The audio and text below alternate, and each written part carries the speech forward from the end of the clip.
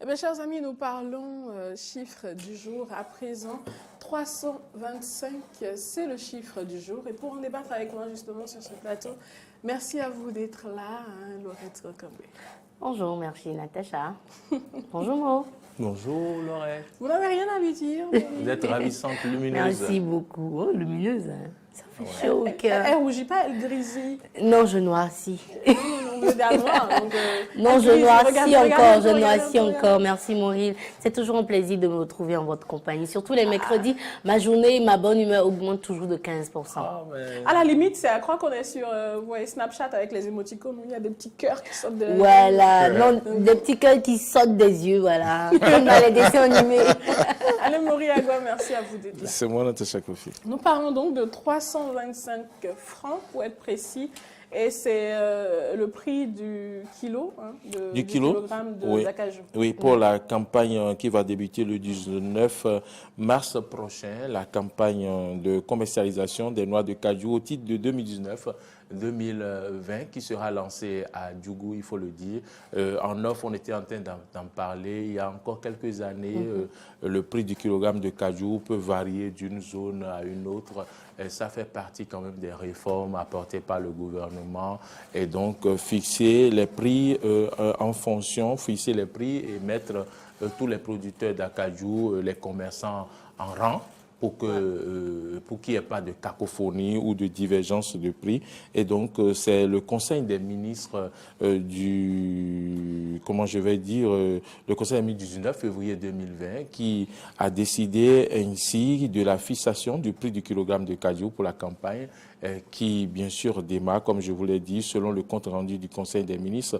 Le prix d'achat des noix de cajou aux producteurs et, bien sûr, aux propositions des acteurs de la filière pour le compte de la campagne 2019 a été fixé. Et donc, c'est d'ailleurs une proposition des producteurs d'acajou. On voit bien que le gouvernement, pour prendre cette décision, consulte d'abord les producteurs, ce qui sera bien pour eux parce que c'est d'abord pour leur intérêt. Il ne faut pas produire pour avoir des pertes et donc il faut produire pour rentabiliser ce que l'on y met. Et donc, on trouve donc que c'est un sens d'écoute pour le gouvernement, que le gouvernement a, le sens d'écoute, afin de consulter d'abord les producteurs en ce qui concerne la fixation du prix d'acajou. Qu'est-ce qu'il faut ajouter à présent? Cet ajustement de prix par rapport à la campagne écoulée vise donc à préserver aussi bien les intérêts de la filière que de ses animateurs. Et en ce qui concerne l'acajou, le gouvernement a également souhaité que l'on évite les exportations, l'on évite la commercialisation frauduleuse du acajou. Il faudrait quand même suivre les canaux comme cela se doit et faire les choses de façon réglementaire. Donc c'est ce qu'on peut retenir de cette campagne d'acajou qui va démarrer dans à peu près moins d'un mois.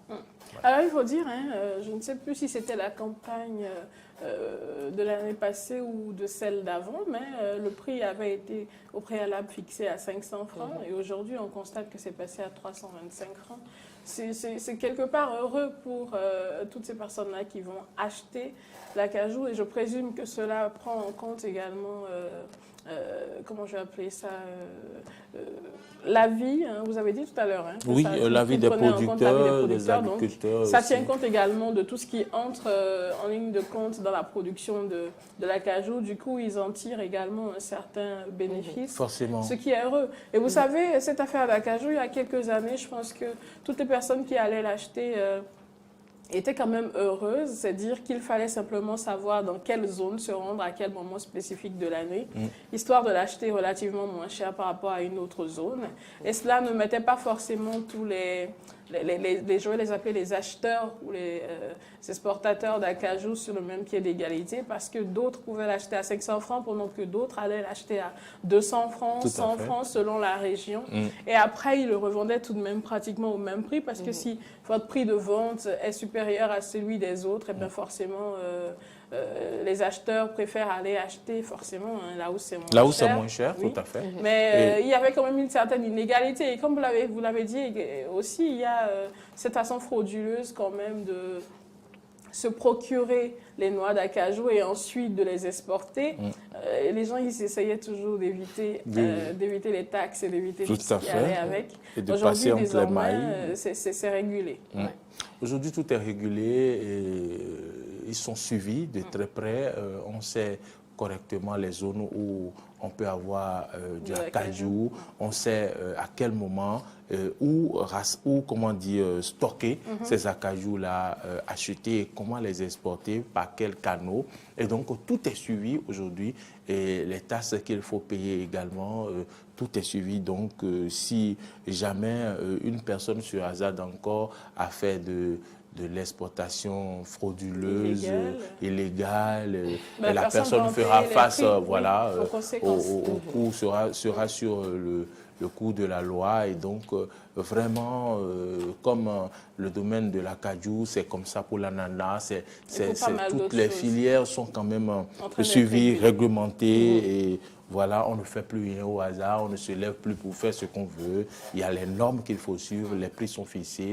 Et il faut donc, dire, il faut dire quand même que cela permettra à tout le système de souffler, parce qu'il arrive que vous achetiez des noix d'acajou, sinon des tonnes d'acajou, parce qu'en réalité c'est ça, et que le camion qui est supposé s'occuper du transport à un moment donné disparaisse ou prétend avoir une panne. Bref, il y avait... Ah ouais? Oui. Le camion prétend, ou du moins le chauffeur du camion, prétend avoir une panne. Et vous savez, c'est une question de stockage. Toute la marchandise.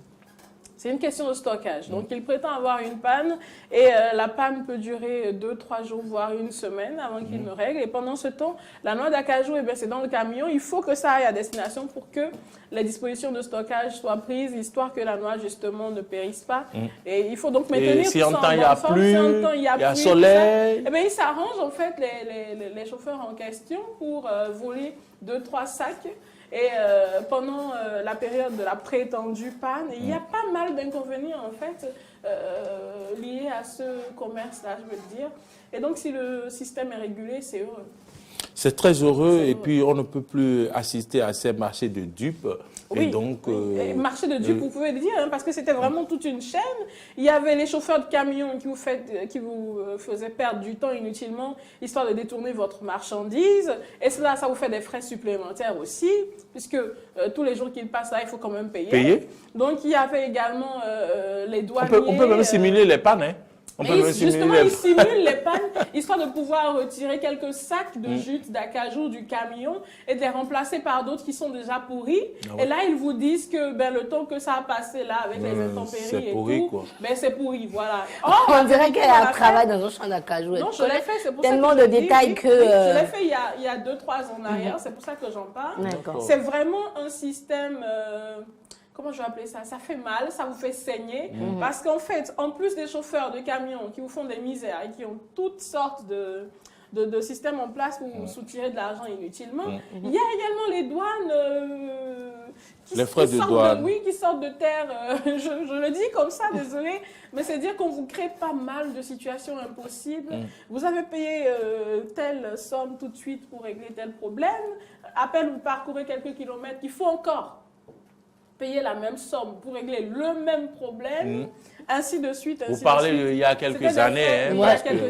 Mais moi, je pense que désormais, c'était des frais inutiles qui étaient ainsi déboursés et qu'aujourd'hui, avec la régulation, justement, cela permet d'assainir et avec la lutte contre la corruption. Oui, ça permet d'assainir énormément le secteur. Alors, dites-nous, Notre-Dame lumineuse du plateau aujourd'hui, alors dites-nous... Bon, moi, la partie la partie de cette filière qui m'intéresse, c'est que désormais, vous savez, lorsque vous êtes...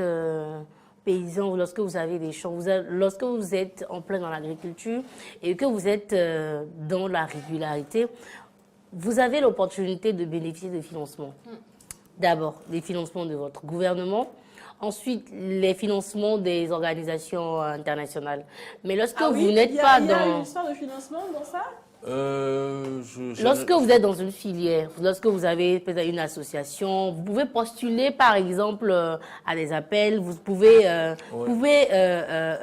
fournir si vous êtes des une noix association, d'acajou. si Oui, vous êtes une association, vous pouvez des noix d'acajou, bien en demander tout cas des de financements. votre filière dans les autres pays. Vous pouvez en fait facilement Accéder à certaines... bouger et faire des choses dans les règles de l'art. Mais lorsque vous n'êtes pas régulier, lorsque vous êtes dans... Cela vous ferme des portes. Oui, ça vous ferme des portes parce que quand votre gouvernement ne vous reconnaît pas, quand vous n'êtes pas régulier, vous n'êtes pas enregistré, vous ne faites pas ci, vous ne faites pas ça, vous ne payez pas des impôts, des taxes à votre pays, votre pays ne vous rendra pas l'appareil. Lorsque votre gouvernement prend par exemple le marché pour fournir telle ou telle matière à un pays, quand il va vouloir le faire, il va penser à une association de paysans, une association d'agriculteurs qui est déjà dans ce domaine et qui fait déjà des actions, qui paye des impôts et des taxes. Et donc, vous bénéficiez de beaucoup de choses lorsque vous exercez dans les règles de l'art. Et moi, je pense que désormais, cette filière ainsi que d'autres filières pourront donc, nous pourrons donc avoir nos produits à l'étranger et que cela passe dans les canaux qu'il faut pour que vraiment le Bénin bénéficie réellement de ces matières. Parce que nous avons quand même beaucoup de choses à fournir aux autres pays. Et lorsqu'on n'est pas organisé, ça ne fait pas. Parce que les autres pays, voilà, c'est comme ça qu'ils ont pu vraiment s'imposer aux autres pays quand les étrangers veulent nous envoyer des choses. Ça se passe facilement parce qu'ils font des choses dans les règles de l'art. Vous faites bien de le dire d'ailleurs, oui. Laurette Lekambé, parce que, navré de vous interrompre, parce qu'en réalité, vous savez, il y a le gouvernement qui a lancé pas mal de... Bon, qui avait, je veux dire, lancé pas mal d'enquêtes. Et les agents, quand ils vont dans les maisons, dans les foyers pour poser des questions, il y en a qui se cachent justement et qui se refusent à donner les informations nécessaires à ces agents-là. Par exemple, je sais de sources sûres qu'il y a une enquête l'année passée, une enquête qui faisait que les agents enquêteurs justement allaient dans les différents foyers et leur demandaient qu'est-ce que vous faites dans la vie, quelles sont les activités que vous menez et tout. Et il y avait des questions beaucoup plus pointues que ça. On vous demandait... Faites-vous de l'agriculture, faites-vous de l'exportation, faites-vous de la transformation, etc., etc. De la transformation agricole, j'entends. Et ils se refusaient à répondre à ces questions-là. Est-ce qu'ils oublient, en fait, les amis en question qui s'adonnent à de telles pratiques? C'est que quand vous répondez aux questions que l'on vous pose, surtout quand ce sont des enquêtes gouvernementales, cela permet de vous répertorier, en fait. Ça permet au gouvernement de savoir que, tiens, dans mon pays, j'ai tel nombre d'agriculteurs qui produisent telle chose, j'ai tel nombre d'exportateurs d'acajou, j'ai tel nombre de ci, de ça, de ça.